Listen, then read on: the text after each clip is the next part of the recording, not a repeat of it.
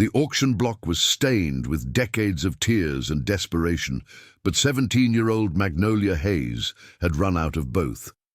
Standing barefoot in her tattered dress, she watched the crowd of men below, ranchers, merchants, and drifters, sizing her up like livestock. The auctioneer's voice boomed across the dusty town square of Millbrook, Texas, but all she could hear was the thundering of her own heart. Before we jump back in, tell us where you're tuning in from, and if this story touches you, make sure you're subscribed, because tomorrow I've saved something extra special for you. What am I bid for this fine young lady? Strong back, can cook, clean, and work the fields. When the bidding started at $50, Magnolia closed her eyes. When it reached $75, she thought of her mother's grave, and when a deep, gravelly voice called out, $100 and a pair of hand-tooled leather boots, she opened her eyes to see the man who would change everything. He was tall, weathered, with steel-gray eyes that seemed to see straight through to her soul. But it wasn't his appearance that made her breath catch. It was the fact that he was looking at her like she was a person, not property. 3 months earlier, Magnolia Hayes had believed her biggest worry was whether the spring crops would yield enough to get her family through another harsh Texas winter. She lived with her ailing mother, Rebecca, in a one-room cabin on the outskirts of Millbrook, scratching out an existence on their small plot of land that seemed to shrink a little more each year as the soil grew poorer and the debts grew larger. Rebecca Hayes had once been the belle of Millbrook, with golden hair and a laugh that could make grown men stumble over their own feet. But 20 years of hardship, raising a daughter alone and fighting a losing battle against consumption, had worn her down to skin and bones. Still, she never let Magnolia see her cry, never let her daughter know just how scared she was when the coughing fits would rack her body for hours at a time. "Mama, you need to see Doc Peterson," Magnolia would plead, but Rebecca would wave her off with a weak smile. "Doctors cost money we don't have, sweet girl. Besides, I'll be fine. The good Lord hasn't called me home yet," but the good Lord wasn't paying their bills, and Magnolia knew it. Every month, Silas Crawford would ride up to their cabin on his black stallion, dismount with theatrical flair, and rap his gold-headed cane against their weather-beaten door. Crawford owned half the businesses in Millbrook and held mortgages on most of the struggling farms surrounding the town. He was a man who smiled with his mouth, but never with his eyes, and he had been circling their property like a vulture for years. "Good morning, ladies," Crawford would say, tipping his expensive hat with mock courtesy. "I trust you have this month's payment." Each month, Rebecca would hand over nearly every cent they had earned from selling vegetables and eggs in town, leaving them with barely enough to survive. And each month Crawford would count the bills slowly, deliberately, before tucking them into his vest pocket with a satisfied smirk. "This covers the interest, Mrs. Hayes, but we still have the matter of the principal. Perhaps it's time to consider my generous offer to purchase your land." "This land belonged to my husband," Rebecca would reply firmly, though Magnolia could see her mother's hands trembling. "It's all I have to leave my daughter." Crawford's smile would widen then, showing teeth that gleamed like a predator's. Of course. Well, when you change your mind, and you will, you know where to find me." Magnolia grew to dread those visits, not just because of Crawford's oily presence, but because she could see what each encounter cost her mother. Rebecca would spend the rest of the day in bed, exhausted from the effort of staying strong in front of their tormentor. As autumn faded into winter, Rebecca's condition worsened dramatically. The coughing fits became more violent, leaving specks of blood on a handkerchief that she tried to hide from Magnolia. She could barely keep food down, and some mornings she was too weak to get out of bed at all. "I need to work," Magnolia announced. One gray December morning, watching her mother struggle to sip a cup of weak broth. "The Hendersons are looking for help with their winter preservation, and Mrs. Patterson said she'd pay me to help with her laundry." "Absolutely not," Rebecca said, though her voice was barely above a whisper. "You're going to school. education, is the only thing that will get you out of this place. What good is education if you're not here to see me use it? Magnolia snapped, immediately regretting the words when she saw her mother flinch. But Rebecca's eyes flashed with the old fire. Don't you dare give up on your dreams because of me, Magnolia Hayes. Promise me that. Whatever happens, you keep learning, keep growing, keep believing there's something better out there for you, Magnolia promised, but it was a promise that would prove harder to keep than either of them imagined. 2 weeks before Christmas, Rebecca collapsed while trying to milk their single cow. Magnolia found her unconscious in the barn, her lips blue from lack of oxygen. Panic gave Magnolia strength she didn't know she had, and she managed to get her mother back to the cabin and into bed. But Rebecca never fully regained consciousness. For 3 days, Magnolia sat by her mother's bedside, holding her hand and talking to her about everything and nothing, the books they had read together, the garden they would plant in spring, the life they had shared in their tiny cabin. She told her mother about her dreams of seeing the ocean someday, of maybe becoming a teacher like Miss Sarah at the schoolhouse, of finding love like the kind her parents had shared before her father's death. On the 3rd night, as snow began to fall outside their window, Rebecca Hayes took her last breath. Magnolia felt the exact moment her mother's spirit left, a lifting of weight and warmth that left the cabin feeling hollow and cold. The funeral was small, just Magnolia, Pastor Williams, and a handful of neighbors who could spare the time on a bitter winter morning. They buried Rebecca next to her husband in the small cemetery behind the church, and Magnolia stood at the graveside long after everyone else had gone, trying to figure out how she was supposed to go on alone. She didn't have long to wonder. 3 days after the funeral, Silas Crawford came calling, but this time he wasn't alone. He brought Sheriff Morrison and 2 of his hired men, all carrying official-looking papers. "Miss Hayes," Crawford said, though his tone held none of its usual false courtesy, "I'm sorry for your loss, but business is business. Your mother's estate owes me $3,000. That's 2 years of missed principal payments plus interest. Since you can't possibly pay that sum, I'm here to collect. On the collateral." Collateral! Magnolia's voice came out as a croak. She hadn't spoken to another human being since the funeral. The land, the cabin, everything on the property. It's all going to auction to satisfy the debt. Crawford's smile was sharp as a blade. "But I'm not heartless, girl. I'll give you 24 hours to gather your personal belongings before my men take possession." Sheriff Morrison at least had the decency to look uncomfortable. "I'm sorry, Magnolia. The papers are all legal and proper. If you can't pay the debt—" $3,000. Magnolia's mind reeled. "That's impossible. We never borrowed that much." Crawford pulled out a leather-bound ledger and flipped it open with theatrical flair. "Let's see.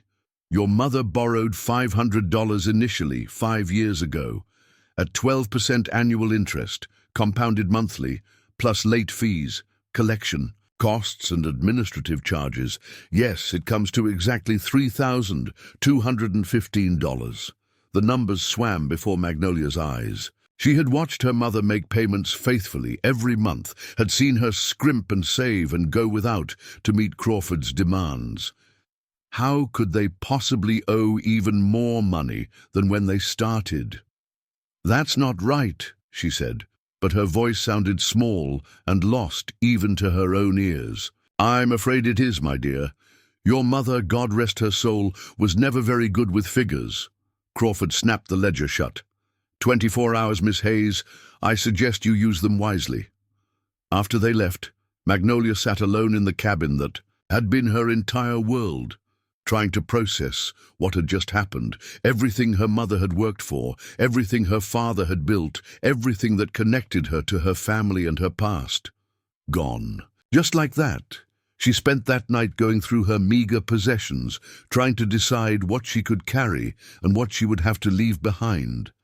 Her mother's wedding dress, carefully preserved in tissue paper, her father's Bible with his careful notations in the margins, a wooden jewelry box that played a tinkling melody when opened, containing the few pieces of her mother's jewelry that hadn't already been sold to pay bills. As dawn broke, Magnolia realized she had another problem. Where was she supposed to go? She had no family, no money, and no skills that would earn her enough to survive on her own. The schoolhouse had closed for the winter, so there was no work there. Most of the other families in the area were struggling just as hard as hers had been. She was still sitting on her bed, surrounded by the remnants of her life, when Crawford's men arrived to take possession of the property. They were efficient and businesslike, loading her few belongings into a wagon and escorting her off the land her family had called home for nearly 20 years. "What am I supposed to do now?" she asked the lead man, a grizzled cowboy named Pete, who at least seemed to have some sympathy for her situation. Pete scratched his grey whiskers and looked uncomfortable. "Well, miss, I reckon you could try to find work in town. Mrs. Patterson's always looking for help with her boarding house." Or he trailed off, looking even more uncomfortable. "Or what?" "Well, there's talk that Crawford's planning to put you up for auction too. Debt bondage, they call it. Legal way to work off what you owe." Magnolia's blood ran cold. She had heard whispers about such things. Young women sold into service contracts that were barely distinguishable from slavery, bound to work for years to pay off debts that somehow never seemed to get smaller. Preparing and narrating this story took us a lot of time, so if you are enjoying it, subscribe to our channel. It means a lot to us. Now back to the story. "How long would I have to work?" Pete shrugged. "At the wages Crawford would set? Could be decades, miss. Could be forever." That night, Magnolia took shelter in the church, curling up in a back pew with her mother's shawl wrapped around her shoulders. Pastor Williams found her there in the morning, shivering and hollow-eyed. "Child, you can't stay here," he said gently. "I wish I could help, but the church barely has enough to keep its own doors open." "I know, Pastor. I don't know where else to go." He sat down beside her, his weathered hands folded in his lap. "There might be one option. It's not ideal, but it's better than what Crawford has planned for you." Magnolia looked up at him with desperate hope. "There's a family in San Antonio looking for a governess for their children. The pay isn't much, but it would be honest work, and you'd have a roof over your head. The problem is, it costs money to get there. Money for the stagecoach, money for proper clothes, money to get started." "Money I don't have." "No, but there might be a way to get it." Pastor Williams looked deeply uncomfortable with what he was about to suggest. "There's going to be an auction in town square tomorrow. Crawford's selling off property and other assets. If you were to put yourself up for a work contract, a legitimate one, mind you, not what Crawford has in mind, you might earn enough to buy your freedom and start over." The idea horrified her, but what choice did she have? She could submit to Crawford's scheme and spend the rest of her life working off an impossible debt, or she could take control of her own fate and find someone willing to pay for a fair work contract. "How do I know whoever buys me won't be just as bad as Crawford?" Pastor Williams was quiet for a long moment. "You don't," he said finally. "But sometimes we have to have faith that there are still good people in the world, even when it's hard to see them." That afternoon, Magnolia walked to the town square and added her name to the auction list. The clerk, a nervous little man with ink-stained fingers, looked at her with a mixture of pity and disapproval. "You sure about this, miss? Once your name's on here, there's no taking it back." Magnolia thought about her mother's grave, about the cabin that was no longer hers, about the impossible debt that would follow her for the rest of her life if she did nothing. "I'm sure," she said, though her voice shook as she said it. The next morning dawned grey and cold, with a bitter wind that cut through Magnolia's thin dress like a knife. She had spent the night in the church again, praying for courage and trying not to think about what lay ahead. As she walked to the town square, she passed the cabin that had been her home. Crawford's men were already there, loading furniture and belongings into wagons. She recognized her mother's rocking chair, the table where they had shared so many meals, the quilt that had covered her bed since childhood. She forced herself to keep walking. The auction block stood in the center of the square, a wooden platform that had seen decades of use. Around it, men were gathering. Some she recognized as local ranchers and businessmen.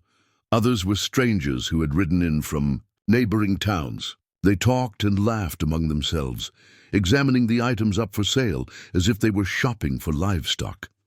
Which, Magnolia realized with a sick feeling in her stomach, was exactly what they were doing. Crawford was there too, resplendent, in a new suit and polished boots, playing the role of grieving friend and reluctant businessman. Such a tragedy, she heard him telling a group of potential bidders. Poor girl has no family, no prospects. At least this way she'll have work and a roof over her head. The auctioneer was a heavy-set man with a voice that could carry across 3 counties. He started with the household goods, furniture, tools, kitchen implements, calling out prices and taking bids with practiced efficiency. Magnolia watched her family's possessions scattered to the wind, sold off piece by piece to strangers who had no idea of their history or meaning. Finally, inevitably, her turn came. "Now, gentlemen, we have something special," the auctioneer announced.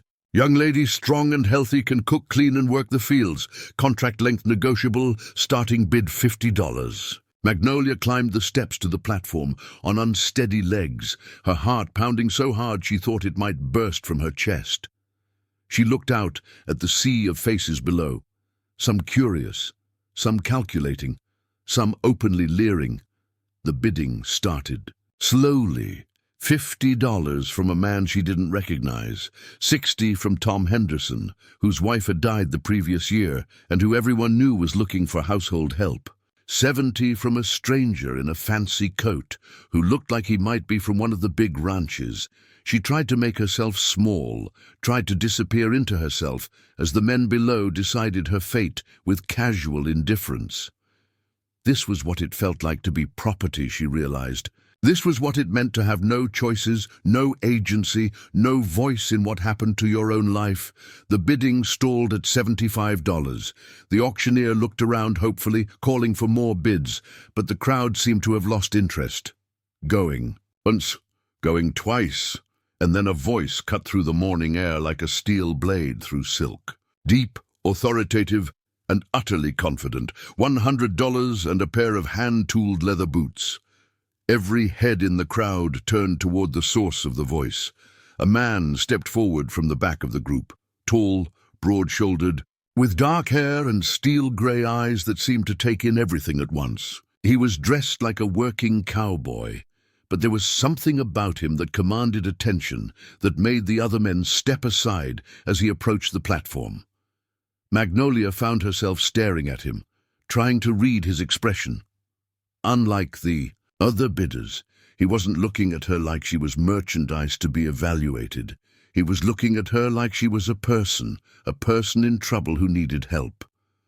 "Well," the auctioneer said, clearly taken aback by the unusual bid. That's quite an offer, sir. Any other bids?" The crowd murmured among themselves, but no one else spoke up. $100 was more money than most of them saw in a year, and the addition of handcrafted boots made it an offer that would be impossible to match. Going once, going twice, sold to the gentleman in the back. As the gavel fell, sealing her fate, Magnolia felt a strange mixture of terror and relief wash over her. She didn't know who this man was or what he wanted with her, but something in his eyes told her that her life had just changed in ways she couldn't yet understand. The mysterious cowboy stepped forward to complete the transaction, pulling a leather wallet from his coat pocket and counting out bills with practiced ease. As he handed over the money, he looked up at Magnolia, still standing on the platform. "Name's Jackson Steele," he said, his voice carrying clearly in the morning air, "and you don't have to be afraid anymore. Something in his tone, in the quiet authority of his words, made Magnolia believe him. For the first time in months, she felt like she could breathe again. But as Jackson Steele helped her down from the auction block and led her toward a magnificent black horse waiting at the edge of the square, Magnolia couldn't help but wonder what she had just gotten herself into. She was about to find out that some cowboys carried kingdoms in their saddlebags, and some boots were made for walking into entirely new worlds. Jackson Steele's horse was unlike any animal Magnolia had ever seen up close. The stallion stood 17 hands high, coal black, except for a white star on his forehead, with intelligent dark eyes that seemed to assess her as carefully as his master had. When Jackson offered her his hand to help her mount, she hesitated. "I've never ridden a horse this size," she admitted, feeling foolish. Most ranch girls her age could ride anything with 4 legs, but her family had only ever owned old plow horses and the milk cow. "Thunder's gentle as a lamb with ladies," Jackson said, and there was something in his tone that made her trust him. "Just put your foot in the stirrup and swing your leg over. I'll be right behind you." The sensation of being so high off the ground was terrifying and exhilarating at the same time. Jackson settled into the saddle behind her, his arms coming around her to take the reins, and she caught his scent, leather and soap and something distinctly masculine that made her pulse quicken in a way she didn't understand. "Where are we going?" she asked as they rode out of Millbrook, the familiar buildings growing smaller behind them. "My ranch. It's about a day's ride north of here, up in the hill country." "What kind of work will I be doing?" Jackson was quiet for so long that Magnolia began to worry she had overstepped somehow. Finally, he spoke, his voice thoughtful. "What kind of work do you want to do?" The question caught her completely off guard. In her 17 years, no one had ever asked her what she wanted. There had always been chores to do, obligations to meet, necessities to address. The idea that she might have choices, preferences, desires that mattered to someone else was foreign to her. I don't know," she said honestly. "I can cook and clean and tend a garden. I help my mother with everything around our place. I can read and write better than most." "Your mother educated you?" "Yes, sir. She said education was the most important thing she could give me." "Smart woman. What did you like to study?" Another question that left her fumbling for an answer. "I liked the stories best. Books about faraway places and people who had adventures. My mother said I had too much imagination for my own good." She felt more than heard Jackson's chuckle, a low rumble in his chest. "Nothing wrong with imagination. World needs more people who can see beyond what's right in front of them." They rode in comfortable silence for a while, the rhythm of Thunder's gait gradually relaxing Magnolia's tense muscles. The landscape began to change as they moved north, the flat prairie giving way to rolling hills covered in oak and mesquite. The air smelled different here, cleaner somehow, with hints of cedar and wildflowers that would bloom come spring. As the sun reached its zenith, Jackson guided Thunder off the main trail toward a grove of live oaks surrounding a small creek. The water bubbled cheerfully over smooth stones, and Magnolia realized how thirsty she had become. "We'll rest here for a bit," Jackson said, dismounting with fluid grace. "Let Thunder drink and stretch our legs."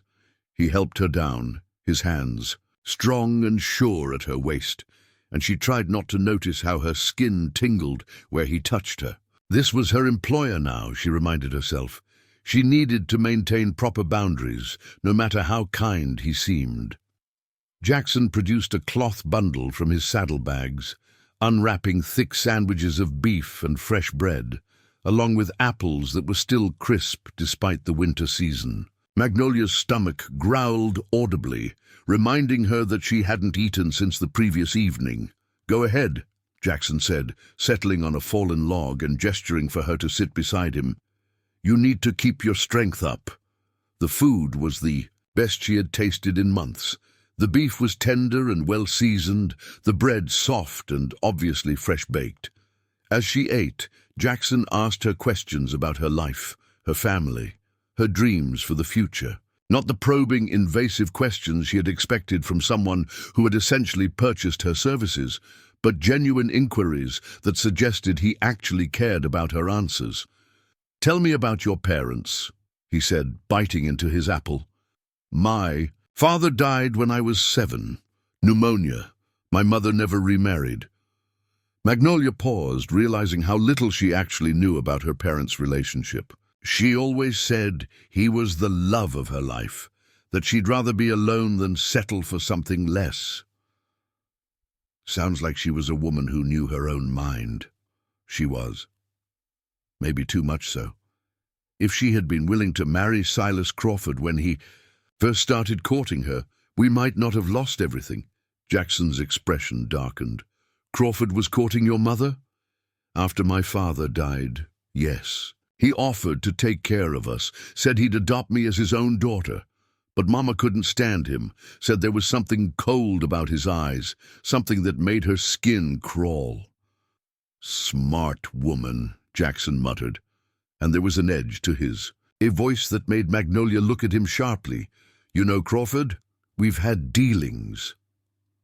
Jackson's tone suggested the topic was closed, but Magnolia caught something in his expression that looked almost like guilt.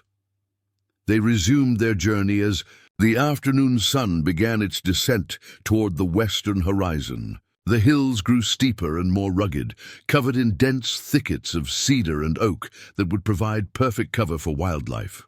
Magnolia glimpsed deer watching them from the shadows, and once she could have sworn she saw a mountain lion's golden eyes tracking their progress from a rocky outcrop. "It's beautiful here," she said, genuinely meaning it. The wild landscape was so different from the tamed farmland around Millbrook, full of mystery and possibility. "Wait until you see it in spring," Jackson replied.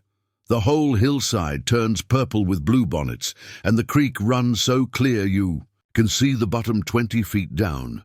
As evening approached, they crested a particularly steep hill, and Jackson pulled Thunder to a halt. "There," he said simply. Magnolia gasped. Spread out in the valley below them was the most magnificent ranch she had ever seen. The main house was built of native stone and weathered timber, 2 stories tall with a wide wraparound porch, and tall windows that glowed warmly in the fading light. Surrounding it were well-maintained outbuildings, a large barn, several corrals, what looked like a bunkhouse for ranch hands, and other structures she couldn't identify from this distance. But it was the land itself that took her breath away. The valley stretched for miles, crossed by the silver thread of a river and dotted with groves of ancient live oaks. Cattle grazed peacefully in distant pastures, and she could see horses running free in a large paddock near the barn. "This is yours?" she whispered. "Every acre of it. 30,000 head of cattle, 200 horses, and enough land to get lost in for a week." There was pride in Jackson's voice, but also something else. Loneliness, perhaps. "It's like something from a fairy tale." Jackson turned to look at her, his grey eyes unreadable in the twilight. "Maybe it is. Come on, let's get you settled before full dark." The ride down into the valley seemed to take forever, though it was probably only 20 minutes. As they approached the main house, Magnolia could see it was even more impressive up close. The stonework was masterful, fitted together, without mortar in the old style, and the timber was clearly expensive hardwood, not the rough pine most ranchers used. This was the home of a man with both money and taste. A Mexican woman emerged from the house as they rode up, wiping her hands on her apron. She was perhaps 40 years old, with kind eyes and graying hair pulled back in a neat bun. "Senor Jackson," she called out in accented English, "we were beginning to worry. The sun is almost down." "Sorry, Maria. We made good time, but I wanted to stop and let the horses rest." Jackson dismounted and then helped Magnolia down, his hands steady and impersonal. "Maria, this is Miss Magnolia Hayes. She'll be staying with us for a while." Maria's dark eyes took in Magnolia's worn dress and obvious exhaustion, and her expression softened with maternal concern. Pobrecita, you look half frozen, child. Come inside where it's warm. I'll make you some hot food and draw you a bath. The interior of the house was even more impressive than the exterior. The main room soared 2 stories high, with massive timber beams supporting the ceiling and a stone fireplace large enough to roast a whole steer. Expensive rugs covered polished wood floors, and the furniture was clearly handcrafted by master artisans. Oil paintings of horses and landscapes hung on the walls, and a magnificent crystal chandelier cast warm light over everything. "It's beautiful," Magnolia breathed, turning in a slow circle to take it all in. "Maria's the one who made it a home," Jackson said, hanging his hat on a peg by the door. "I just built the shell." Maria beamed at the compliment. "Senor Jackson, he has no eye for decoration. When he first moved here, this place looked like a barn inside, all function, no beauty." "Still looks like a barn to me," Jackson said with a grin that transformed his stern features. "But Maria insists on making it fancy." "Bah!" Maria waved her hand dismissively. "Men, they have no appreciation for the finer things. Now, Miss Magnolia, you come with me. I'll show you to your room and get you cleaned up. Dinner will be ready in an hour."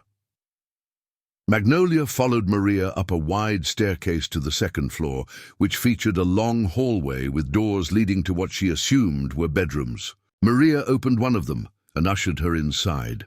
The room was larger than the entire cabin Magnolia had shared with her mother.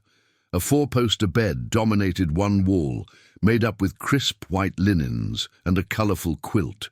A dresser with a large mirror stood against another wall, and there was even a small sitting area with 2 chairs arranged near a window that looked out over the valley. "This is too much," Magnolia said, overwhelmed. "I can't possibly stay in a room like this." "Nonsense," Maria said briskly, bustling around the room and checking that everything was in order. "Senor Jackson, he said to prepare the best guest room, and this is it. You are his guest, see?" I suppose so." Magnolia wasn't sure what she was exactly. Employee, indentured servant, something else entirely? Maria seemed to sense her confusion. "You listen to me, Nina. Senor Jackson, he is a good man, the best man I ever worked for. Whatever brought you here, whatever arrangement you have with him, you can trust him. He would never hurt a woman, never take advantage. You understand?" The older woman's words were clearly meant to be reassuring, but they only added to Magnolia's confusion. What kind of man paid $100 for a woman's work contract and then housed her in luxury without demanding anything in return? "I'll send up hot water for a bath," Maria continued. "There are clean clothes in the wardrobe. They belong to Senor Jackson's sister. Should fit you well enough. You wash up and rest, and I'll call you for dinner." After Maria left, Magnolia sat on the edge of the magnificent bed and tried to process everything that had happened to her in the past 24 hours. Yesterday morning she had been homeless and desperate, facing a future of debt bondage to a man she despised. Tonight, she was in a room that was finer than anything she had ever imagined, being treated like an honored guest rather than purchased labor. True to her word, Maria soon returned with 2 young men carrying buckets of steaming water, which they poured into a copper bathtub that had been hidden behind a decorative screen. The luxury of a hot bath was almost overwhelming after months of washing with cold water from a basin. As she sank into the warm water, Magnolia allowed herself to truly relax for the first time in weeks. The soap smelled of lavender, and there was even a bottle of what she thought might be perfumed oil. She washed her hair thoroughly, working out the tangles and dust from the long ride. The clothes Maria had mentioned were indeed in the wardrobe. Beautiful dresses in rich fabrics, along with undergarments that were finer than anything Magnolia had ever owned. She selected a simple blue wool dress that fit her perfectly, as if it had been made for her. When she looked at herself in the mirror, she barely recognized the woman staring back. Clean and properly dressed, with her hair brushed until it shone, she looked almost pretty, certainly more respectable than she had felt in months. A soft knock at the door interrupted her self-examination. "Miss Magnolia?" Maria's voice called. "Dinner is ready." Magnolia made her way downstairs, following the sound of voices and the aroma of cooking food. She found Jackson in what was obviously the dining room, seated at one end of a long table that could easily accommodate 12 people. He had changed clothes as well, trading his traveling gear for a clean white shirt and dark trousers, and his dark hair was still damp from washing. He rose when she entered, and she saw his eyes widen slightly as he took in her transformation. "You look much better," he said, and there was something in his tone that made heat rise to her cheeks. "The dress fits perfectly. I hope it's all right that I borrowed it." "It's yours now," Jackson said, pulling out a chair for her. "Everything in that wardrobe is yours. My sister won't be needing them anymore." There was a note of sadness in his voice that made Magnolia want to ask questions, but something held her back. This man had shown her more kindness in one day than she had received from anyone since her mother's death. She didn't want to risk ruining it by prying into matters that were clearly painful. Maria served them a feast: roasted beef with vegetables, fresh bread still warm from the oven, and apple pie for dessert. As they ate, Jackson asked her more about her education, her interests, her thoughts on everything from literature to politics. He listened to her answers with genuine attention, occasionally offering his own opinions or asking follow-up questions that showed he was truly engaged. In their conversation, "You said you liked stories about faraway places," he said, as Maria cleared their plates. "What kind of places did you dream about visiting?" "The ocean," Magnolia said without hesitation. "I've never seen water that went on forever. And cities, with tall buildings and theaters and libraries, with thousands of books. Places where people go just to learn new things, not because they have to, but because they want to. Would you like to see those places someday?" The question was asked casually, but something in Jackson's tone made it sound like more than idle curiosity. "I suppose everyone dreams about traveling," she said carefully, "but dreams and reality are different things." "Are they?" Jackson leaned back in his chair, studying her with those penetrating grey eyes. "What if I told you that dreams could become reality if you're willing to work for them?" "I'd say that sounds too good to be true. In my experience, when something sounds too good to be true, it usually is." Jackson nodded approvingly. "Smart answer. Your mother raised you to be cautious, and that's good. But not everyone who offers you something wants to cheat you. Sometimes people make offers because they see something in you worth investing in." "What could you possibly see in me worth investing in? I'm nobody special. Just a farm girl with too much imagination and not enough sense." "You're wrong about that," Jackson said quietly. "Dead wrong. But I suppose you'll have to figure that out for yourself." As the evening wound down, Maria showed Magnolia back to her room and promised to wake her for breakfast. Alone again, Magnolia stood at the window looking out over the moonlit valley and tried to make sense of her situation. Jackson Steele was clearly wealthy beyond anything she had imagined. He owned this magnificent ranch, employed numerous workers, and lived like a king in his stone castle. Yet he had paid $100 and a pair of boots for her work contract, housed her in luxury, fed her like an honored guest, and treated her with a respect she had never experienced from any man. What did he want from her? What was his real motivation?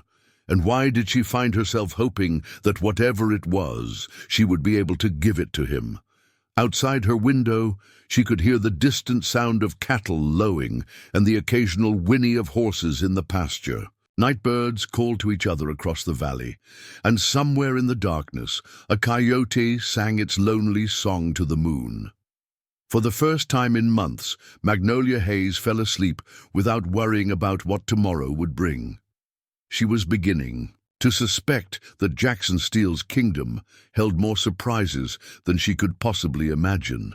Magnolia woke to the sound of roosters crowing and sunlight streaming through windows she had forgotten were there. For a disorienting moment, she thought she was back in her mother's cabin, until she saw the ornate ceiling and felt the softness of real sheets beneath her fingers.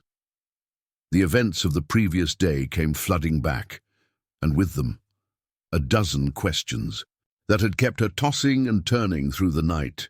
A gentle knock interrupted her thoughts. "Miss Magnolia," Maria's voice carried through the heavy wooden door.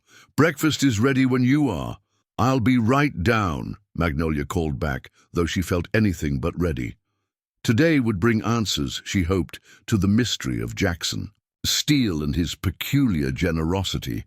She dressed in another of the borrowed gowns, a deep green wool that brought out the color of her eyes, and made her way downstairs. The dining room was empty, but she could hear voices coming from what she assumed was the kitchen. Following the sound, she found herself in a spacious room dominated by a massive cast-iron stove and long wooden tables for food preparation. Jackson stood near the stove with a cup of coffee in his hands, deep in conversation with Maria and two men Magnolia didn't recognize. They were clearly ranch hands, weathered, practical men with calloused hands and sun-darkened skin. All conversation stopped when she appeared in the doorway. "Good morning," Jackson said, and she noticed he looked different in the morning light, less mysterious, more approachable, though no less handsome. "I hope you slept well." "Very well, thank you." She felt awkward standing there while the men stared at her, uncertain of her place in this household hierarchy. "Miss Magnolia, these are my foreman, Tom Bradley, and my head wrangler, Sam Mitchell. Sam, this is Miss Hayes. She'll be staying with us for a while." Both men touched their hat brims respectfully, but Magnolia caught the curious glances they exchanged. She wondered what Jackson had told them about her arrival, if anything. "Pleased to meet you, miss," Tom Bradley said. He was a tall, lean man, probably in his 50s, with intelligent brown eyes and an air of quiet authority. "Boss says you might be interested in learning about ranch operations." Magnolia blinked in surprise. "He did?" Jackson set down his coffee cup and gave her a look she couldn't interpret. "We talked about what kind of work you wanted to do. I thought you might like to see how things operate around here before you decide." "That's very kind, but I wouldn't want to get in the way." "Nonsense," Sam Mitchell spoke up. He was younger than Tom, probably in his 30s, with sandy hair and a ready smile. "Always happy to show off what we do here. Best ranch operation in 3 counties, if I do say so myself." "Don't let it go to your head, Sam," Jackson said, dryly, but there was affection in his tone. "Why don't you two finish your planning? We'll catch up with you later." The two men gathered their papers and headed for the door, but Tom Bradley paused to look back at Magnolia. "Ma'am, if you don't mind my saying so, you look familiar. You from around these parts?" "Millbrook," Magnolia replied. "About a day's ride south." Tom's expression darkened slightly. "Millbrook, that's Crawford territory, isn't it?" Jackson's jaw tightened almost imperceptibly. "That's enough, Tom. We'll talk later." After the men left, an uncomfortable silence settled over the kitchen. Maria busied herself preparing breakfast, but Magnolia could feel the tension radiating from Jackson like heat from a forge. "You really don't like Silas Crawford," she observed.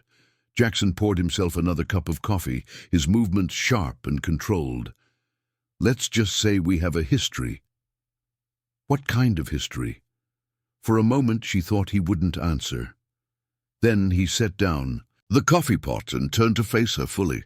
"The kind that ends with good people losing everything they've worked for, like my family did, like your family did." His gray eyes were hard as flint. "Crawford has a talent for finding people when they're desperate and taking advantage of their situation. He calls it business. I call it something else entirely."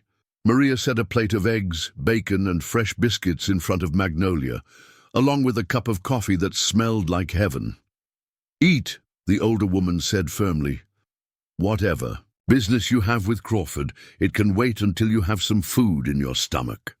Jackson's expression softened as he watched Magnolia eat. Maria's right. Today isn't about the past. It's about what happens next. What does happen next? Magnolia asked around a bite of the most delicious eggs she'd ever tasted. I still don't understand what you want from me, Mr. Steele. You paid good money for my work contract, but you haven't asked me to do any work. You're housing me like a guest and feeding me like family. It doesn't make sense.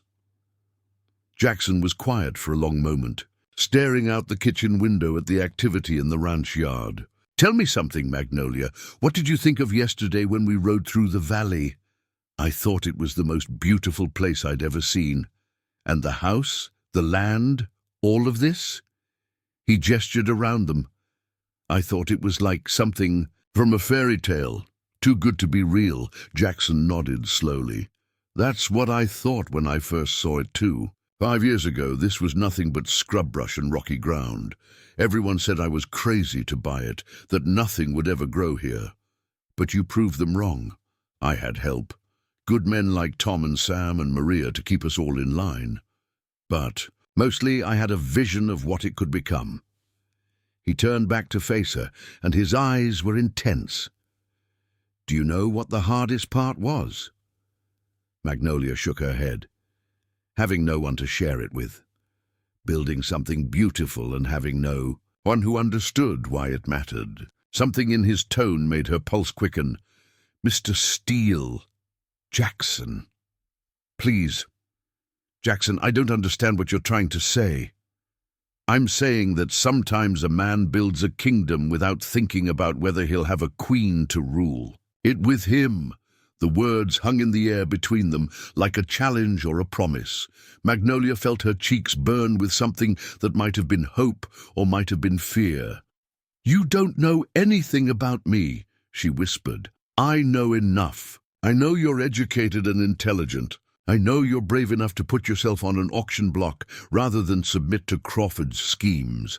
I know you see beauty in places where other people only see wilderness. Jackson stepped closer, and she could smell his scent, leather and soap, and something uniquely masculine that made her head spin. I know that when you walked into that kitchen just now, you lit up the whole room without even trying. That's not enough to build a life on, isn't it? Jackson reached out and gently touched her cheek, his thumb tracing the line of her jaw. My parents were married for 30 years. You know what my father told me before he died? He said the secret to a happy marriage wasn't finding someone perfect. It was finding someone whose imperfections you could love for the rest of your life.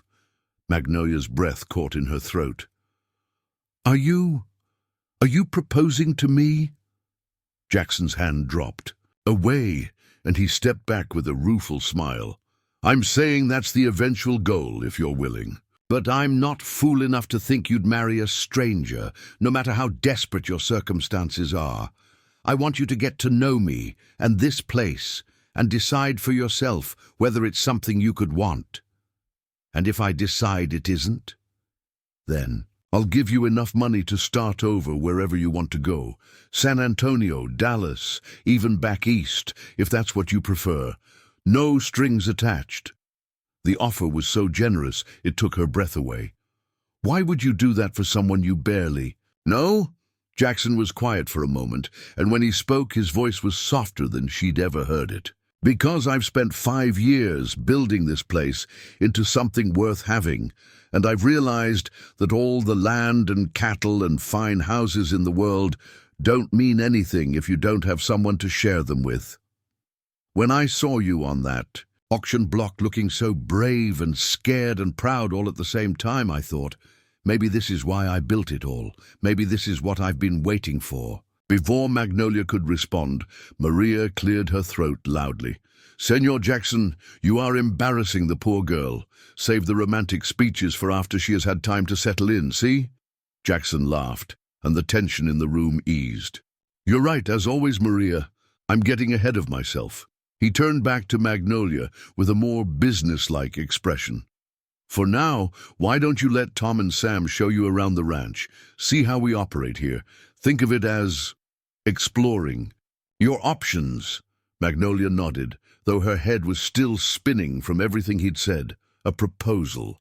He was considering proposing to her, a woman he'd known for less than 24 hours. It should have seemed insane, but something about the way he'd said it, the quiet certainty in his voice, made it sound almost reasonable. "I'd like that," she said finally. "I'd like to learn about the ranch." "Good. Tom and Sam are the best teachers you could ask for. They'll show you everything from cattle management to horse breeding to the business side of running a spread this size." The business side? Jackson's smile was almost prideful. "This isn't just a ranch, Magnolia. It's an empire. We sell cattle to markets as far away as Chicago and New Orleans. We breed horses that are sought after from Texas to California. We employ over 50 people full-time, and twice that during busy seasons. Someone needs to understand how it all works, especially if—" He trailed off, but his meaning was clear, especially if she was going to be part of it permanently. After breakfast, Magnolia found herself walking through the ranch yard with Tom Bradley, who proved to be an excellent guide and teacher. He explained the layout of the buildings, the daily routines of the various operations, and the seasonal cycles that governed ranch life. "Spring is calving season," he told her as they watched cowboys working with horses in one of the corrals.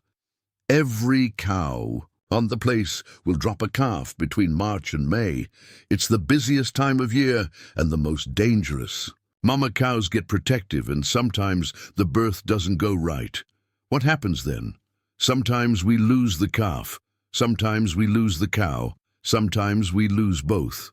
Tom's expression was matter-of-fact, but she could hear the regret in his voice. That's ranch life. Death and birth, feast and famine, all mixed up together. They moved on to the horse paddocks, where Sam Mitchell was working with a magnificent bay stallion that clearly didn't want to be ridden. The horse bucked and twisted, trying to dislodge the cowboy on his back, but Sam stayed glued to the saddle like he'd been born there. "That's Tornado," Tom explained. "Wild horse Sam caught up in the hills last month. Smart as they come, but stubborn as the day is long. Why not just leave him wild? Because once he's trained, he'll be worth more than most men make in a year. Bloodline like his, with that intelligence and spirit. Ranchers from all over the state will want to breed. They're mares to him." Magnolia watched Sam work with the horse, admiring the patience and skill required to turn a wild animal into a partner. It seemed like a metaphor for something, though she wasn't sure what. They spent the morning touring the various operations, the blacksmith shop where tools and horseshoes were made and repaired, the smokehouse where meat was preserved, the vegetable gardens that fed the ranch hands, and the small schoolhouse where the children of married workers learned their letters and numbers. "Boss built that 3 years ago," Tom said, nodding toward the schoolhouse. "Said no child should grow up ignorant just because they live on a ranch. He seems to care a great deal about his people." "Best boss I ever worked for," Tom said without hesitation. "Fair wages, good food, decent housing, treats everyone with respect, from the lowest ranch hand to his foreman. Man could ask for twice the work for half the pay and get it, but he doesn't. Says a happy worker is a productive worker." As they walked back toward the main house for lunch, Tom brought up the subject that had been hanging between them all morning. "Miss Hayes, I hope you don't mind my asking, but what exactly is your arrangement with the boss?" Magnolia felt heat rise to her cheeks. "I'm not entirely sure, to be honest. He paid for my work contract at an auction in Millbrook, but he hasn't asked me to do any specific work." Tom nodded thoughtfully. "Mind if I give you some advice? Please. Jackson Steele is the finest man I've ever known, but he's also the loneliest. Built all this up from nothing, made himself rich and successful, but he's got no family to share it with. His sister died 2 years ago. Consumption, same as what took your mother, I'd guess from what you said. Parents died when he was young. No wife, no children, no close relatives left alive. That's very sad. It is. But here's the thing. I've never seen him look at a woman the way he looked at you this morning. Like you were something precious. He'd been searching for his whole life. Magnolia stopped walking. You think he's serious about what he suggested? Miss Hayes, Jackson Steele doesn't do anything halfway. If he's thinking about marrying you, then he's already planning the rest of your lives together. Question is, what are you thinking about? It was a fair question, and one Magnolia wasn't. Sure, she could answer. 24 hours ago, she had been homeless and desperate, facing a future of debt bondage to a man she despised. Now she was being offered a chance at a life beyond her wildest dreams, with a man who seemed too good to be real. I don't know, she said honestly.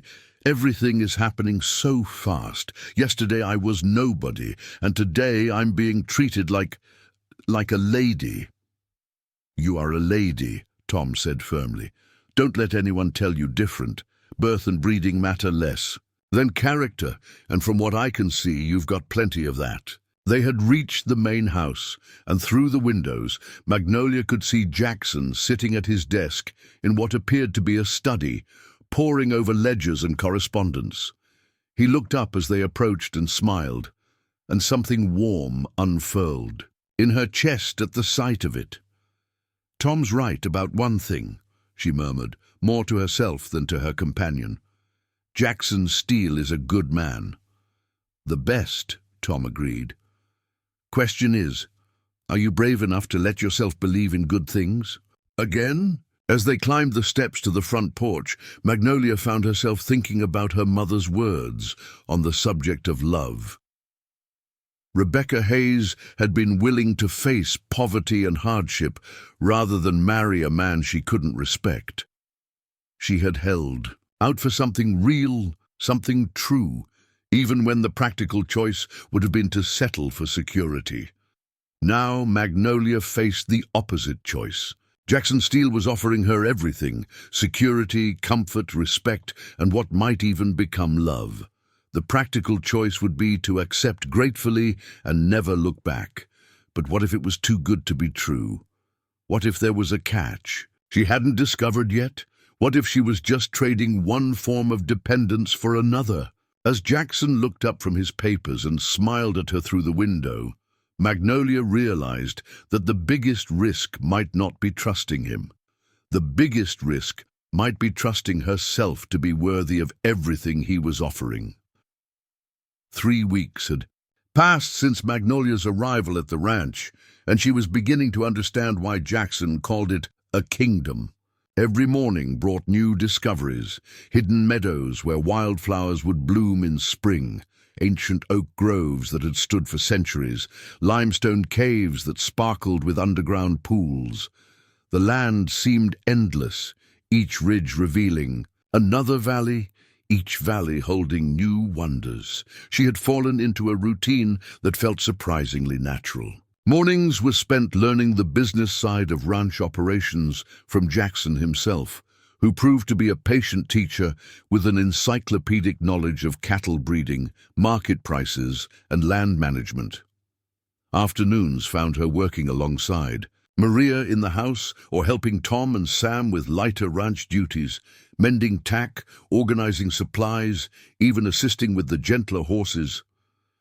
But it was the evenings she treasured most. After dinner, Jackson would walk with her through the gardens Maria had cultivated behind the house, or they would sit on the front porch, sharing stories about their childhoods, their dreams, their thoughts on everything from literature to politics. He was an educated man, despite his rough exterior, well-read and thoughtful, with opinions that challenged her own thinking. "You're not what I expected," she told him one evening, as they watched the sunset paint the hills in shades of gold and crimson. "What did you expect?" "I don't know. Someone more commanding, I suppose, more demanding. You paid good money for my work contract, but you treat me more like a cherished guest than an employee." Jackson leaned back in his chair, his long legs stretched out in front of him. "Maybe that's because I don't think of you as an employee. What do you think of me?" He turned to look at her, and the intensity in his grey eyes made her breath catch. "As the woman I hope to spend the rest of my life with, if she'll have me." The directness of his answer should have frightened her, but instead it sent warmth spreading through her chest. Over the past 3 weeks, she had come to know Jackson Steele as a man of complete honesty. He never said anything he didn't mean, never made promises he couldn't keep. "Jackson," she began, then stopped, unsure how to voice the thoughts that had been swirling in her mind. "You don't have to decide anything right now," he said gently. "I told you before. Take all the time you need. I'm not going anywhere." But even as he spoke those reassuring words, Magnolia couldn't shake the feeling that time was something they might not have as much of as they thought. Her premonition proved correct the next morning when Tom Bradley came. Riding up to the main house at full gallop, his horse lathered with sweat and his face grim with urgency. "Boss!" he called out as he dismounted. "We've got trouble, big trouble!" Jackson emerged from the house with Magnolia close behind, both of them alarmed by Tom's obvious distress. "What is it?" "Riders coming up the main trail. 12 men, maybe more, and they're flying Crawford's colors." The blood drained from Jackson's face. "How far out?" "Maybe an hour, moving fast. They'll be here before noon." Jackson's jaw tightened, and Magnolia saw his hands curl into fists at his sides. "Get every available man armed and positioned around the house and outbuildings. Tell them to stay out of sight, but be ready for anything." "Already done, boss. Sam's coordinating the defense, and Maria's securing the house." "Good man." Jackson turned to Magnolia, and she was startled by the transformation in his demeanor. Gone was the gentle, thoughtful man she had come to know. In his place stood someone harder, more dangerous, with steel in his eyes and violence coiled in his muscles like a loaded spring. "Magnolia, I need you to go inside and stay there until this is over." "What's happening? Why is Crawford coming?" "Here, because he's figured out who has you, and he's not the kind of man to let that stand." Jackson's voice was clipped, professional. "He considers you his property, bought and paid for through that debt your mother supposedly owed him. But you bought my contract legally. He has no claim on me now." "Crawford doesn't care about legal," Tom said grimly. "He cares about what he thinks is his, and he's got enough men to take it by force if he wants to." A chill ran down Magnolia's spine as she realized the implications. "This is my fault. If I hadn't come here, he wouldn't have any reason to threaten you." "This isn't about you," Jackson said, though his tone was gentler. "This is about something that's been brewing between Crawford and me for a long time. You just gave him an excuse to bring it to a head." "What kind of something?" Jackson and Tom exchanged a look that spoke of shared history and old pain. Finally, Jackson sighed and ran a hand through his dark hair. 5 years ago, Crawford tried to buy this land out from under me. When that didn't work, he tried to have me killed. When that failed, he went after my sister." Magnolia's blood ran cold. "Your sister? The one who owned those dresses? Elizabeth?" Jackson's voice was barely above a whisper. "She was visiting friends in Millbrook when Crawford's men grabbed her. They said it was for her own protection, that there had been threats against her life. By the time I got there, she was already sick with the fever." "Fever?" "They kept her in a basement room with no ventilation, no sunlight, barely any food or water. Said it was the only safe place for her." Jackson's hands were trembling now with suppressed rage. "She lasted 3 weeks after I got her home. 3 weeks of watching her waste away, knowing I couldn't save her." Magnolia felt tears sting her eyes. "Oh, Jackson." Crawford claimed it was all a misunderstanding, that his men were only trying to help. "But I knew better. He wanted to hurt me, and he found the best way to do it, and now he thinks he can use me the same way. Not if I have anything to say about it." Jackson's voice was hard as granite. "I won't let him hurt another woman I care about." The words hung in the air between them, loaded with meaning. "Another woman I care about." He had just admitted in the starkest possible terms that his feelings for her had moved beyond mere attraction or convenience. "Boss," Tom interrupted quietly, "we need to get Miss Magnolia somewhere safe before they arrive." "The safe room," Jackson said immediately. "Behind the study. Maria knows where it is." "I'm not hiding while you face this alone," Magnolia said, with more courage than she felt. "Yes, you are."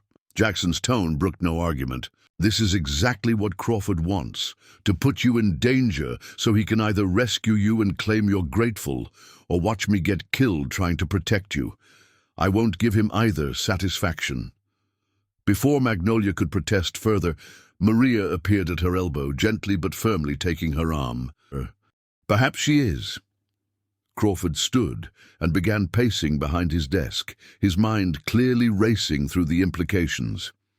"There are, of course, certain logistical considerations. Steele won't simply abandon his property because you've stolen a deed. He'll fight for it in court, claim it was taken under duress. Not if he's dead."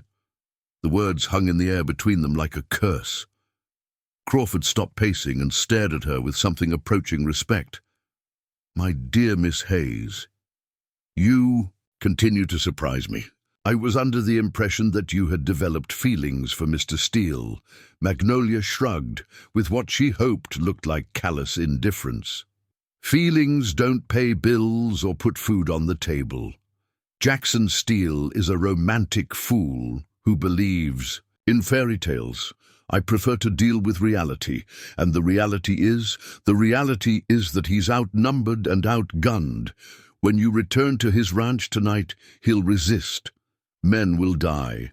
In the chaos, it would be easy for Jackson himself to be killed, perhaps while trying to escape, perhaps while resisting arrest for harboring stolen property." Crawford's eyes glittered with malicious pleasure. "You've thought this through quite carefully.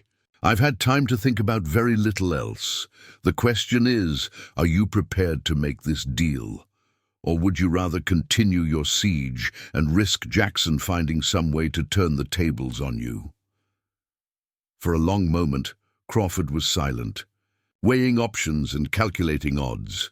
Finally he smiled, the cold, satisfied expression of a predator who had just cornered his prey. "I believe we can come to an arrangement, Miss Hayes.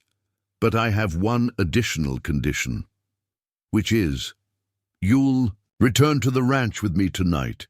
When Steele sees that you've betrayed him willingly, it will break something inside him. Make him careless, easier to kill." Magnolia felt her stomach clench with revulsion, but she forced herself to nod. "Of course. I want to see his face when he realizes what I've done." "Excellent." Crawford moved to his safe and began counting out gold coins. "Here's half your payment, $5,000. You'll get the rest when Steele is dead, and the ranch is legally mine." Magnolia accepted the heavy bag of coins, surprised by how real it felt in her hands. For a moment she almost believed her own performance, almost convinced herself that she really was the cold, calculating woman she was pretending to be. "There's one more thing," she said as Crawford prepared to leave. "I want your word that Jackson's ranch hands won't be harmed unnecessarily. Kill Jackson if you must, but the others are just working men trying to make a living." Crawford waved dismissively. "I have no quarrel with hired help. They can find new employment or leave the territory, their choice." As they prepared to ride back toward Jackson's ranch, Magnolia tried to calm her racing heart and prepare for the most difficult performance of her life. Everything depended on her ability to convince Jackson that she had truly betrayed him, while somehow communicating the truth without alerting Crawford to her real intentions. She thought about the knife hidden in her skirt, about the deed that was now worthless paper since Crawford would never live to use it, and about the man she had come to love who would soon believe she had destroyed him for money. If her plan worked, Jackson would survive, and Crawford would die. If it failed, they would both be dead before morning, and her betrayal would be the last thing Jackson remembered of her. As they rode through the gathering dusk toward the confrontation that would determine all their fates, Magnolia Hayes whispered, a prayer to whatever gods watched over desperate women and the men foolish enough to love them. The Queen's gambit was about to begin, and everything Jackson had built, everything they might have had together, hung in the balance. The ride back to Jackson's ranch felt like a journey into hell. Every hoofbeat carried Magnolia closer to the moment when she would have to look into Jackson's eyes and convince him that everything between them had been a lie. The weight of the gold in her saddlebags and the knife concealed in her skirt served as constant reminders of the deadly game she was playing. Crawford rode beside her, practically vibrating with anticipation. He had sent most of his men ahead to surround the ranch at strategic positions, keeping only 4 of his most trusted gunmen with him for the final confrontation. The plan was simple: arrive under a flag of truce, present Jackson with Magnolia's apparent betrayal, and when his shock made him vulnerable, strike the killing blow. "Tell me, my dear," Crawford said as they created the final hill overlooking the valley, "are you having second thoughts about our arrangement?" Magnolia forced herself to laugh, the sound bitter and calculating. "Second thoughts about $10,000 and my freedom? Hardly. Though I admit I'm curious to see how Jackson reacts when he discovers what his fairy tale princess really is." "Oh, it will be delicious," Crawford assured her. "I've spent years planning Steele's destruction, but I never imagined it would be this perfect, brought down by the very woman he thought he was saving." Below them, the ranch sprawled in the gathering. Darkness, lights glowing warmly in the windows of the main house. Jackson's men were still at their positions, though Magnolia could see signs of fatigue in their movements. They had been maintaining this defensive stance for nearly 24 hours, and the strain was beginning to show. "There he is," Crawford murmured with satisfaction. Jackson stood on the front porch, exactly where Magnolia had last seen him, still as a statue, except for the slight turn of his head as he tracked their approach. Even at this distance, she could see the tension in his shoulders, the way his hand rested near his gun. He was ready for anything, except for what was actually coming. As they rode into the ranch yard, Magnolia noticed that Jackson's men had shifted their positions slightly, creating clear lines of fire while still remaining concealed. Tom Bradley emerged from behind a wagon, his rifle held casually but ready, while Sam Mitchell appeared at the corner of the barn. They had seen Crawford's reduced numbers and were preparing for a trick. Crawford dismounted with theatrical flair, his expensive boots hitting the ground with a soft thud. His remaining men stayed mounted, hands resting on their weapons but not drawing them.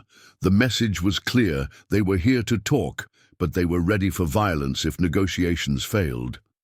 "Good evening, Steele," Crawford called out cheerfully. "I believe I have something of yours." Jackson's eyes found Magnolia as she dismounted, and the expression that crossed his face nearly broke her resolve. Relief, joy, and desperate concern warred in his grey eyes as he took in her apparently unharmed condition. "Magnolia!" His voice carried across the yard, rough with emotion. "Are you all right? Did they hurt you?" This was it.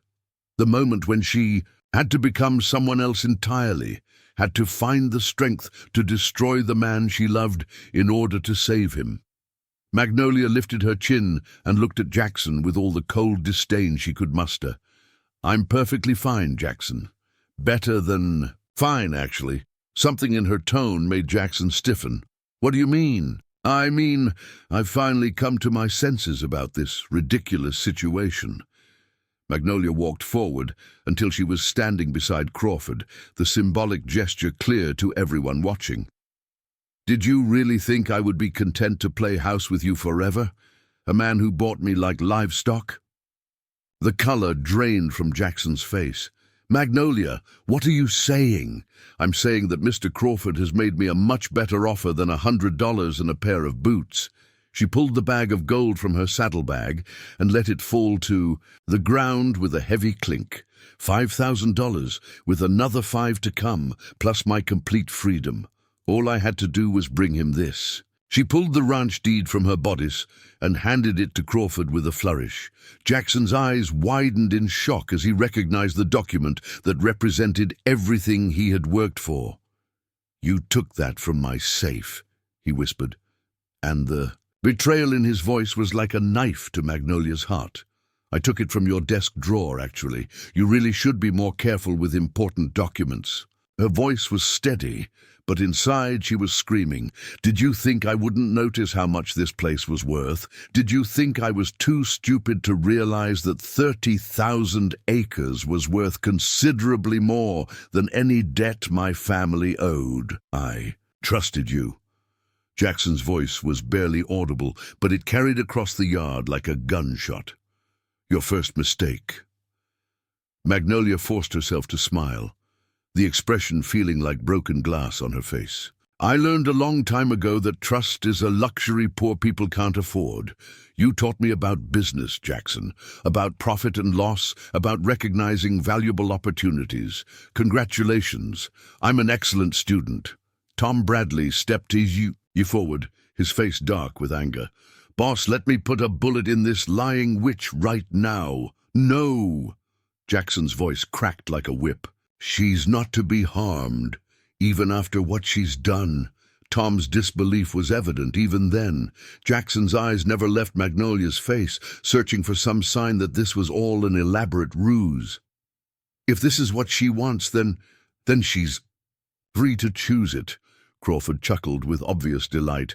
"How very noble of you, Steele, though I'm afraid your nobility won't save you from the consequences of harboring stolen property. That deed was taken from my home, under false pretenses, by a woman who was legally bound to work off her family's debt, a woman you kidnapped and held against her will." Crawford's smile was sharp as a blade. "I have witnesses who will testify that you abducted Miss Hayes from a legal auction and brought her here by force." "That's a lie." "Is it? Miss Hayes, please tell us, did you come here willingly or were you forced?" Magnolia met Jackson's eyes and saw the desperate hope there. The belief that she would somehow reveal this was all a charade. Instead, she delivered. The blow that would destroy that hope forever. "I was brought here against my will and held as a prisoner. Mr. Crawford is simply helping me escape from an intolerable situation." The words hit Jackson like physical blows. She watched the hope die in his eyes, watched his shoulders slump as the full weight of her betrayal settled on him. For a moment she thought he might simply collapse under the emotional devastation. "I see," he said quietly. "Then there's nothing more to discuss. Take the deed, take the woman, and get off my land." "Oh, but there is more to discuss," Crawford said with malicious pleasure. "You see, the penalty for kidnapping is quite severe in Texas, as is the penalty for holding stolen property. I'm afraid you'll have to come with us to face justice." Jackson's hand moved toward his gun, but Crawford's men were ready. 4 weapons trained on him instantly, and he froze with his fingers inches from the grip. "I wouldn't," Crawford advised. "My men are excellent shots, and I'd hate for this to end in unnecessary bloodshed." "Boss!" Tom Bradley's voice was tight with urgency. "We've got you covered." "Stand down, Tom." Jackson's voice was dead, empty of all emotion. "All of you stand. Down. Don't throw your lives away for me." "But, boss, that's an order." Magnolia watched in horror as Jackson's men reluctantly lowered their weapons.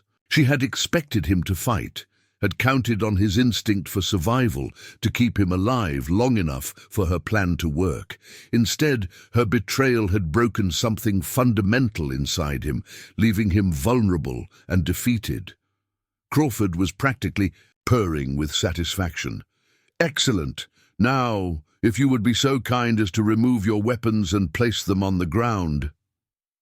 Jackson complied mechanically, his movements wooden and lifeless. The sight of him surrendering sent panic racing through Magnolia's veins. This wasn't how it was supposed to happen. He was supposed to be angry, defiant, ready to fight for his life. "You know, Steele," Crawford continued conversationally as his men moved to secure Jackson, "I've waited 5 years for this moment. 5 years of planning and scheming and dreaming of revenge, and it's even sweeter than I imagined. Just get it over with," Jackson said dully. "Oh no, I want to savor this. I want you to understand exactly how thoroughly you've been beaten." Crawford gestured to Magnolia. "Tell him, my dear, tell him how easy it was to deceive him." This was it. The moment Magnolia had been preparing for, when she would have to convince Crawford that she was truly on his side, while somehow signaling Jackson that everything was a lie. Her hand moved casually to her skirt, fingers finding the handle of the hidden knife. "It was pathetically easy," she said, her voice carrying just the right note of cruel amusement. "You were so desperate for love, so lonely, that you believed every word I said. Did you really think someone like me could care for someone like you?" "Someone like me?" Jackson looked up at her, and for the first time since her supposed betrayal, there was a flicker of something other than defeat in his eyes. A man who buys women at auction, a man who thinks he can own another human being. Magnolia took a step closer, her hand tightening on the knife. "Did you think I would be grateful for your kindness, your pretty dresses and comfortable bed? I never wanted to own you," Jackson said quietly. "I wanted to free you. And yet you paid for me with money, just like Crawford would have. The only difference was the amount." Another step closer. She was almost within striking distance of Crawford now. At least he was honest about what the transaction meant. Crawford was beaming with pleasure, completely focused on Jackson's obvious anguish. "You see, Steele, this is what happens when you try to play the hero. Heroes always fall the hardest when they discover the world doesn't work the way they think it should." "Perhaps," Jackson said, and there was something different in his voice. Now, something that made Magnolia's heart leap with desperate hope. But sometimes the world surprises you. It happened so fast that later Magnolia would never be sure who moved first. Jackson's hand shot out to grab the gun from the nearest of Crawford's men, while simultaneously throwing himself sideways. Magnolia's knife found Crawford's ribs just as the first shots rang out, and somewhere in the chaos, Tom Bradley's voice roared across the yard. "Now! Take them now!" The carefully orchestrated ambush erupted into violence as Jackson's hidden men opened fire from their concealed positions. Crawford's remaining riders found themselves surrounded and outgunned, caught completely off guard by the sudden reversal. Crawford staggered backward, his pale eyes wide with shock as he looked down at the knife protruding from his side. You little—" "I learned more than business from Jackson," Magnolia said grimly, pulling the blade free and stepping back as Crawford collapsed. "I learned that sometimes you have to fight for what matters." The gunfight lasted less than 2 minutes. Crawford's men, surprised and outnumbered, quickly threw down their weapons and surrendered. One of them lay motionless in the dirt, and 2 others sported wounds, but the rest were taken alive. Crawford himself was dying, the knife having found something vital in his chest. He lay on his back in the ranch yard, blood frothing from his lips as he stared up at the stars. "The deed," he gasped. "The deed is worthless anyway." "I know," Magnolia said quietly, kneeling beside him. "It's not the real one. Jackson keeps the original in a safe deposit box in San Antonio. I took a copy from his files." Crawford's eyes widened in understanding, then narrowed with hatred. "Clever little bitch, maybe, but I'm a living clever little bitch, and you're a dead monster. I think I got the better end of that bargain." Crawford tried to speak again, but only blood came out. His pale eyes fixed on something only he could see, and then he was gone. Magnolia stood slowly, her legs shaking with reaction. Around her, Jackson's men were securing the prisoners and checking for injuries. The immediate danger was over, but She could feel Jackson watching her, and she didn't know what she would see when she turned to face him. Magnolia. His voice was soft, uncertain. She turned and found him standing a few feet away, his grey eyes searching her face. Jackson, why? The single word contained a world of pain and confusion. Why didn't you tell me what you were planning? Because you would never have let me go. You would have found another way, a safer way, and Crawford would have killed you while you were trying to protect me. You could have been killed. So could you. At least this way, one of us had a chance to survive. Jackson stepped closer, his hand reaching out to touch her cheek. You magnificent, terrifying, brilliant woman, do you have any idea what you put me through? I'm sorry. I'm so sorry for the things I said, for making you believe. I didn't believe them, not really. Jackson's thumb traced the path of a tear she didn't realize had fallen. Oh, they hurt. God, they hurt more than I thought words could hurt. But I knew you, Magnolia. I knew the woman who cried over an injured bird, who spent hours learning about cattle breeding because she wanted to understand my work. That woman couldn't have become Crawford's creature overnight. Then why did you surrender? Why didn't you fight? Jackson's smile was rueful. Because I thought maybe you were right. Maybe I was just another man who thought he could own you. Maybe you deserved better than what I was offering. Jackson Steele, you are the finest man I've ever known. Don't you dare doubt that. Even after I bought you at an auction, you didn't buy me. You saved me. There's a difference. For a moment, they simply stood there in the aftermath of violence and revelation, looking at each other across the space that had once seemed insurmountable. Then Jackson's arms came around her, pulling her against his chest, and Magnolia finally allowed herself to believe that they had both survived. I love you, he whispered against her hair. I've loved you since the moment I saw you on that platform, looking so brave and lost and beautiful. I love you too, she whispered back. That's why I had to save you, even if it meant losing you. You'll never lose me, not ever. As dawn broke over the hills surrounding Jackson's ranch, painting the sky in shades of gold and rose, Magnolia Hayes realized that sometimes fairy tales did come true. Sometimes the princess saved herself, and the kingdom, and the king who ruled it with kindness rather than force. Crawford's body was loaded onto a wagon for burial in Millbrook, his surviving men placed under arrest for attempted kidnapping and assault. The crisis was over, but its resolution had changed everything between Jackson and Magnolia. She had proven herself worthy of the kingdom he was offering, and he had proven himself worthy of her love in return. But there was still one question left unanswered, one final step in their unlikely fairy tale that had yet to be taken. 6 months later, Magnolia stood on the front porch of the ranch house, watching the sun set over the valley that had become her home. The spring had brought the bluebonnets Jackson had promised, carpeting the hillsides in waves of purple that took her breath away every time she saw them. Cattle grazed peacefully in the distance, and she could hear the laughter of children playing near the bunkhouse where some of the married hands lived with their families. The ranch had prospered in the months since Crawford's death.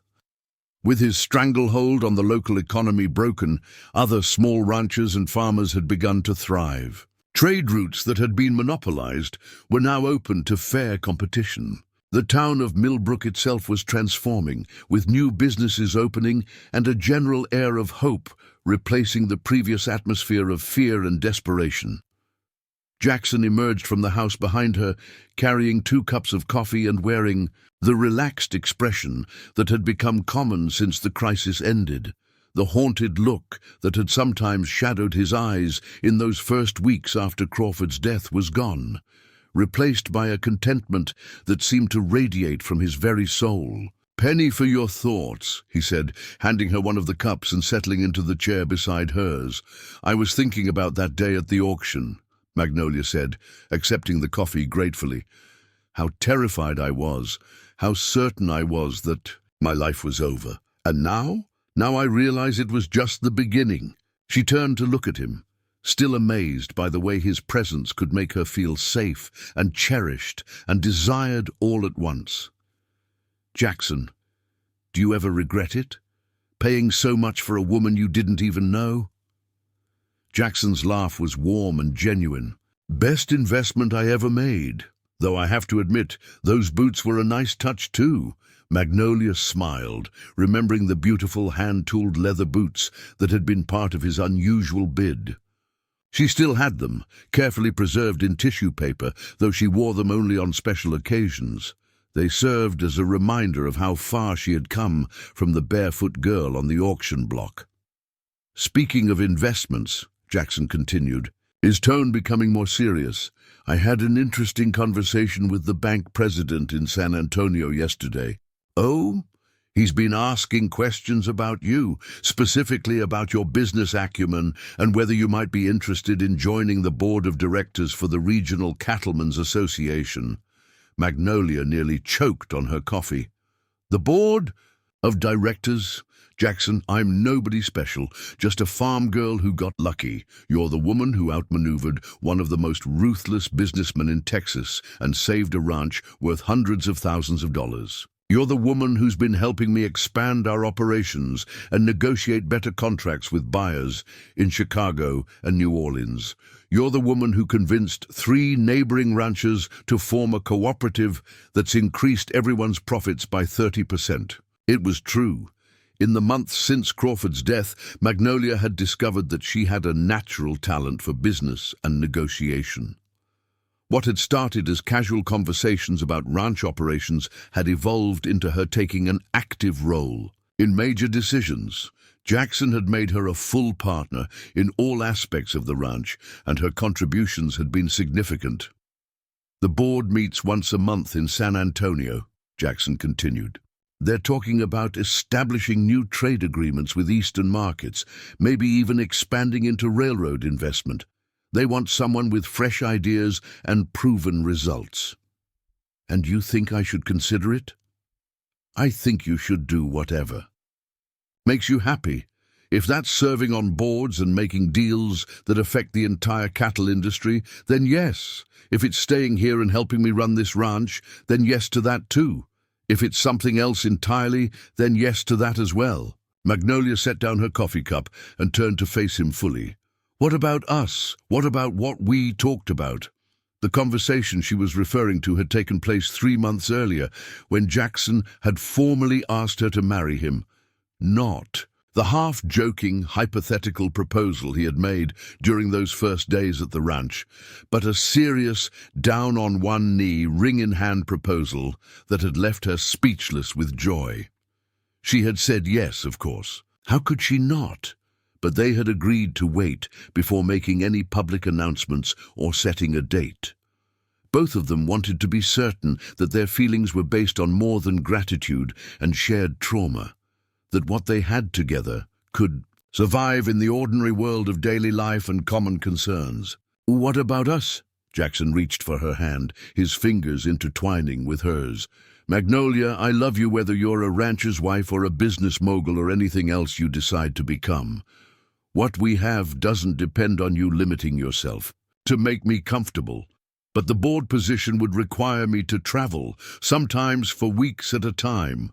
Then I'll miss you terribly while you're gone and celebrate like a madman when you come home." Jackson's grey eyes were serious, intense. "I didn't fall in love with you because I wanted someone to stay home and tend the garden. I fell in love with you because you're brilliant and brave and capable of anything you set your mind to, even if it means I won't be the traditional rancher's wife. Especially then. Traditional ranchers' wives don't usually save their husbands. Lives by outsmarting murderous land barons." Magnolia laughed, feeling the last of her uncertainty dissolve. "When you put it that way, is that a yes to the board position?" "It's a yes to everything. The board, the ranch, the marriage, the whole impossible fairy tale we've been living." Jackson's smile could have lit up the entire valley. "In that case, I have something for you." He reached into his pocket and withdrew a small velvet box that made Magnolia's heart skip a beat. Inside was the most beautiful ring she had ever seen, a perfect diamond surrounded by smaller stones that caught the last rays of the setting sun and threw rainbows across her fingers. "Jackson, it's gorgeous." "It was my grandmother's. She gave it to my grandfather when they got engaged, after he came back from the war. She said she wanted him to have something beautiful to remind him that there was still good in the world. And now you're giving it to me. Now I'm giving it to the woman who proved that there's still magic in the world, that sometimes the impossible really does happen." As Jackson slipped the ring onto her finger, Magnolia thought about the journey that had brought them to this moment. From the auction block where she had lost everything to this porch, where she had gained more than she had ever dreamed possible. "When?" she asked, admiring the way the diamond caught the light. "When what? When do you want to get married?" Jackson's grin was boyish and infectious. "Tomorrow? Next week? Right now, if we can find a preacher?" "How about Christmas? It would give us time to plan something proper, invite people, make it a real celebration.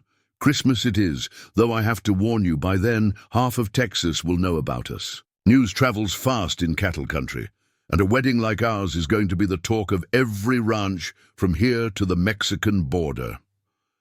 "Let them talk. We'll give them something worth talking about." They sat in comfortable silence for a while, watching the stars emerge in the darkening sky. In the distance, they could hear the cowboys settling the horses for the night and the gentle lowing of cattle in the far pastures. It was the sound of prosperity, of peace, of a life well lived. "Jackson," Magnolia said finally. "Yes? That day at the auction, when you bid on me, what were you really thinking? What made you do it?" Jackson was quiet for a long moment, and when he spoke, his voice was soft with memory. "I was thinking about my sister, about how she died alone, and scared, and how I couldn't save her. When I saw you up there looking so brave and terrified at the same time, I thought maybe this was my chance to save someone, to make something right. And did you make something right? We both did. You saved me just as much as I saved you, Magnolia, maybe more. How do you figure that? You taught me what it means to love someone more than your own life. You showed me that some things are worth risking everything for. You turned this place from a collection of buildings and cattle into a real home." Jackson squeezed her hand gently. "Before you came here, I had a ranch. Now I have a kingdom and a queen to share it with." Magnolia felt tears sting her eyes, but they were tears of joy rather than sorrow. "So what happens now? What does our happily ever after look like?" "Whatever we want it to look like. We'll run this ranch together, expand it, maybe start that own cattle cooperative you've been talking about. You'll serve on boards and make deals and probably end up running half the state before you're done. We'll raise children who know they can be anything they want to be, who understand that love is about partnership, not ownership." "Children?" The word sent a flutter of excitement through Magnolia's chest. "If you want them. Little girls who are as smart and brave as their mother. Little boys who learn to treat women with respect from day one. We'll teach them about the business, about the land, about taking care of the people who depend on us. It sounds perfect. It won't be perfect. No life ever is. We'll have bad years and good years, arguments and reconciliations, times when the cattle market crashes and times when we can barely keep up with demand. But we'll face all of it together." "Together," Magnolia repeated, liking the sound of the word. As they rose to go inside, Jackson paused at the door and looked back over his domain, the house they had made into a home, the land they were building, into an empire. The valley that stretched away into darkness, broken by scattered lights from the bunkhouse and outbuildings. "You know what the funny thing is?" he said. "What? I came to that auction looking for nothing more than some decent cattle and maybe a few horses. I never imagined I'd find a wife. And I went to that auction thinking my life was over. I never imagined I'd find a kingdom. Guess we both got more than we bargained for. Much more." Magnolia agreed, following him into the house that had become her castle. Later that night, as she lay in bed beside the man who had bought her for $100 and a pair of boots and given her a life beyond her wildest dreams, Magnolia thought about all the girls who might be standing on auction blocks at that very moment, scared, desperate, certain that their stories were ending. Someday, when she was established in her new role on the Cattlemen's Association Board, she would work to change the laws that allowed such auctions to exist. She would use her influence and Jackson's wealth to help women in situations like the one she had faced. She would make sure that what had happened to her, the slavery disguised as debt relief, could never happen to anyone else.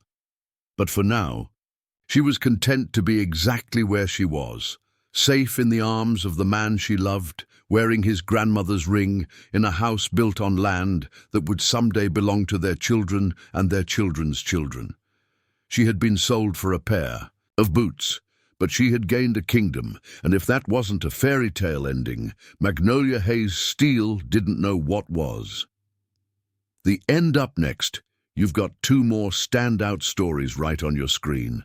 If this one hits the mark, you won't want to pass these up. Just click and check them out. And don't forget to subscribe and turn on the notification bell so you don't miss any upload from us.